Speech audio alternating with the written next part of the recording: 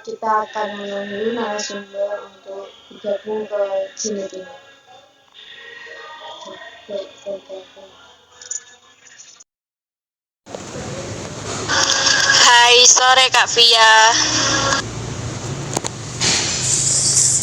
Sore Kak. Saya mulai wawancaranya ya. Iya, Kak. Baik, sebelumnya saya akan memperkenalkan diri. Saya Priyanka Adriani Rianti atau biasa dipanggil Priyanka. Saya adalah salah satu dari mahasiswi psikologi UIN Maulana Malik Ibrahim Malang. Ingin ngobrol-ngobrol sama Kak Via soal pernikahan beda agama dan keluarga multireligius. Dan kebetulan keluarga Kak Via berada dalam keluarga dengan kondisi tersebut.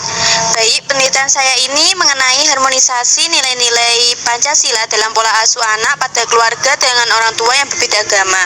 Tantangan dan peluang untuk membangun toleransi generasi muda. Jadi saya akan bertanya beberapa pertanyaan yang bisa Kak Via berikan jawaban. Untuk semua identitas atau jawaban yang sekiranya tidak ingin disampaikan, boleh tidak dijawab sama Kak Via atau nanti akan saya sensor. Iya, baik Kak. Saya minta waktu Kak Via sekitar 25-30 menit untuk berbincang-bincang bersama saya. Apakah Kak Via mau dan bersedia? Iya, saya bersedia. Oke, saya mulai dari awal ya Kak Via. Iya, baik Kak.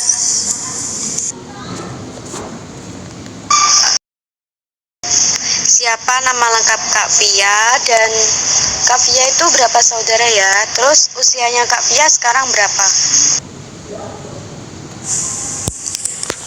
Nama saya Oktaviani Dwi Astuti. Saya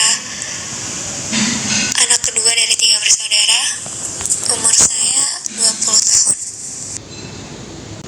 Sekarang agamanya Kak Via apa ya? Kalau boleh tahu. Beragama Kristen Protestan. Baik, bagaimana awal mula pernikahan perbedaan agama orang tua Kak Via terjadi? Saat ijab kabul, ibu tuh membaca syahadat. Namun setelah itu, ibu berpikir bahwa hal tersebut bukanlah keinginan beliau. Jadi untuk menjadi seorang mu'alaf bukanlah keinginan murni beliau. Dan saat mengucapkan syahadat pun bukan sesuai dengan keinginan hati beliau. Jadi akhirnya ibu kembali lagi ke keyakinan yang sebelumnya, ke keyakinan yang ibu anut sebelumnya, sebelum menikah dengan bapak. Bagaimana cara orang tua Kak Via tetap saling menghormati walaupun ada perbedaan?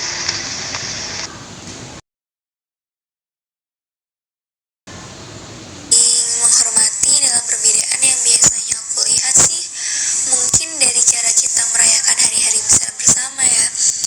Jadi saat ibadah puasa kita saling menghormati dengan tidak makan atau minum secara terang-terangan di depan yang sedang berpuasa. Kemudian ikut menyiapkan sahur dan berbuka. Bahkan nggak jarang kita ikut berpuasa gitu. Kemudian saat Paskah dan Natal sebaliknya gitu, mereka membiarkan kami yang ikut dengan keyakinan tersebut untuk beribadah sebagaimana mestinya.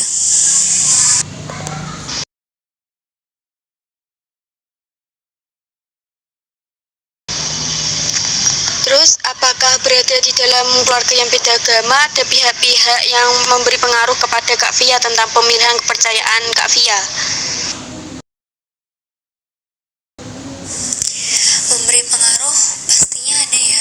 Jadi saat berkumpul dengan keluarga ibu, mereka bakal lebih menanamkan nilai-nilai kekristenan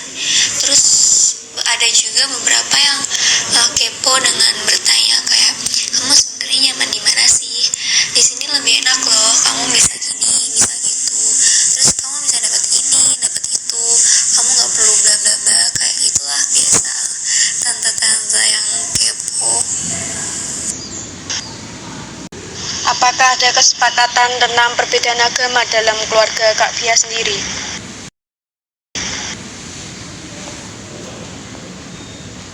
Perbedaan agama nggak ada sih.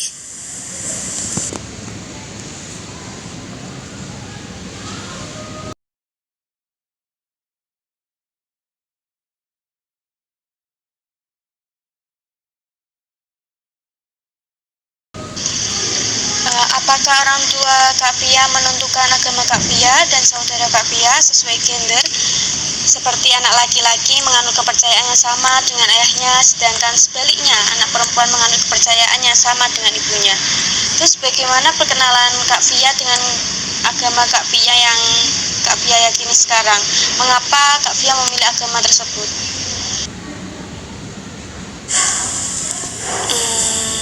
Kali ini aku nggak tahu ya jawabnya gimana. Mungkin karena patriarki di keluarga aku masih cukup tinggi. Bapak adalah kepala keluarga sekaligus pencari nafkah. Jadi dari kecil kita nggak dikasih option buat milih keyakinan yang kita mau dan kita percaya. Even dalam satu keluarga ada dua keyakinan yang berbeda. Jadi dari kecil ya mau nggak mau kita ikut dengan agama yang diyakini sama bapak sebagai kepala keluarga. Aku sendiri belajar agama Islam melalui pendidikan agama yang diajarin di sekolah SD, SMP, SMA, dan di TPQ. Selain itu nggak ada, karena bapak bukan tipe yang religius banget. Jadi beliau seingatku nggak pernah ngajarin pendidikan agama di dalam lingkup keluarga. Nah karena itu aku jadi mikir, the person who wants me to follow his belief, agama dia, kenapa malah nggak bisa ngasih contoh dan nuntun aku gitu loh. That's why aku milih keyakinan aku yang sekarang. Kemudian di samping itu semakin dewasa aku ngerasa orang tuaku, especially bapak, lebih ngasih kebebasan buat milih keyakinan yang mau kita anut sih, yang mau aku anut gitu.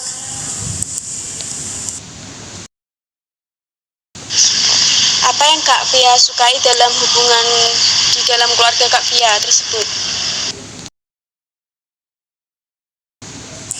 Yang aku sukai dari hubungan keluargaku toleransinya tinggi, sama mungkin sikap acuh tak acuhnya.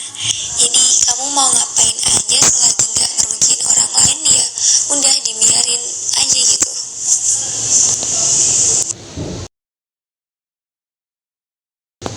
Apa masalah yang paling sering terjadi dalam keluarga Kak Fia? Terus penyelesaiannya bagaimana ya? Apa ya, nggak ada sih.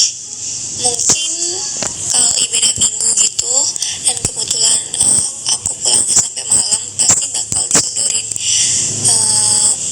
ngapain sih pulang sampai malam, libur ya waktunya dipakai buat istirahat. Itu sih. Kalau penyelesaiannya ya udah nggak usah ditanggepin gitu biar gak makin panjang.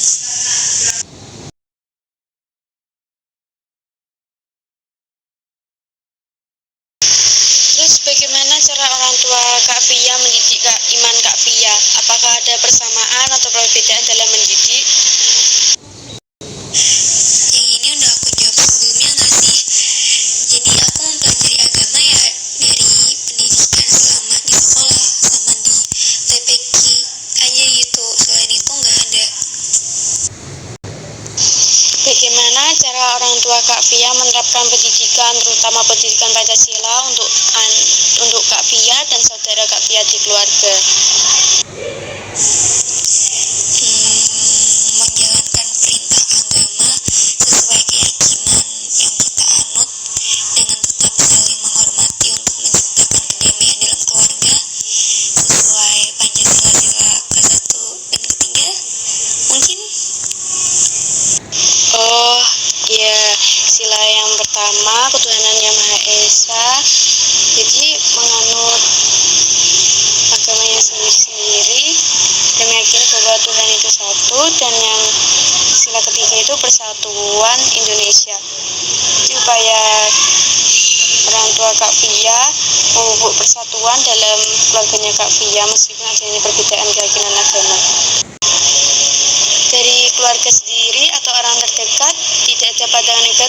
perbedaan kepercayaan dalam keluarga kalian ini?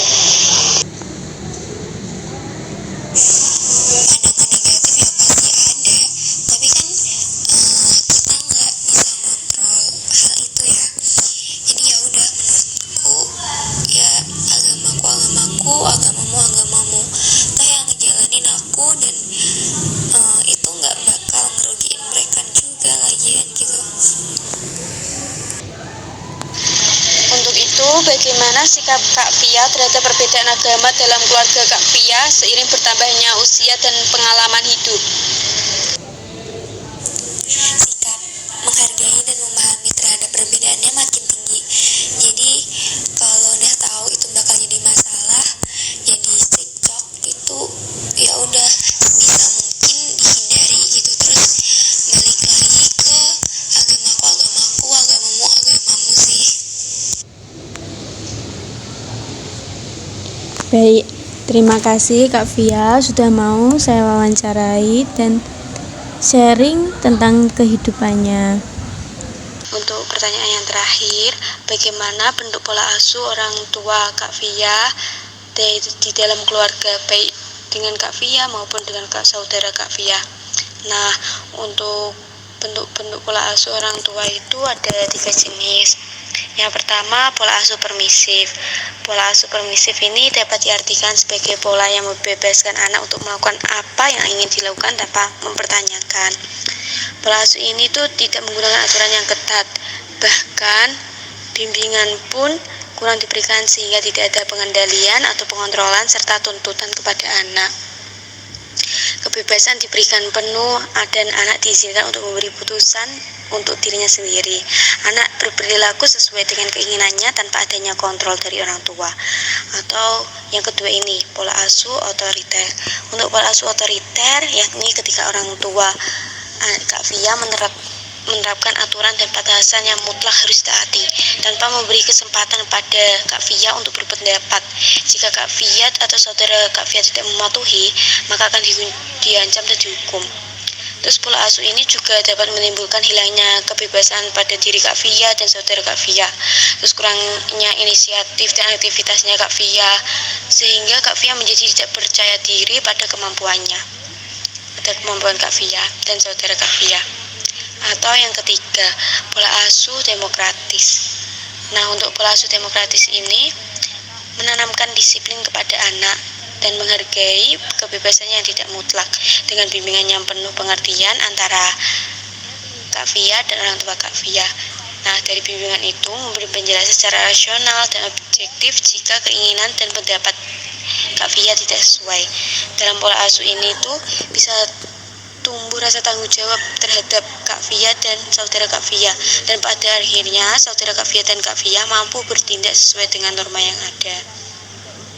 Nah, di dalam keluarga Kak Via itu yang diterapkan bentuk pola asuh yang mana ya Kak? Lebih ke pilihan yang pertama tadi sih. Apa tadi? Pola asuh permisif, ya kan? Jadi orang tua aku benar-benar ngasih kebebasan aku buat ngelakuin apapun yang aku mau, asalkan tetap bertanggung jawab dan gak ngerugiin orang lain. Itu sih. Baik, cukup sekian sesi wawancara kali ini. Sekali lagi saya sangat berterima kasih kepada Kak Via atas waktu yang sudah diberikan. Terima kasih juga sudah diberi kesempatan untuk sharing kepada saya dan ngobrol-ngobrol tentang keluarga Kak Via. Semoga diskusi kali ini dapat menjadi kontribusi yang berarti bagi sekitar. Terima kasih. Sore Kak Via. Amin. Iya, sama-sama. Sore juga Kak.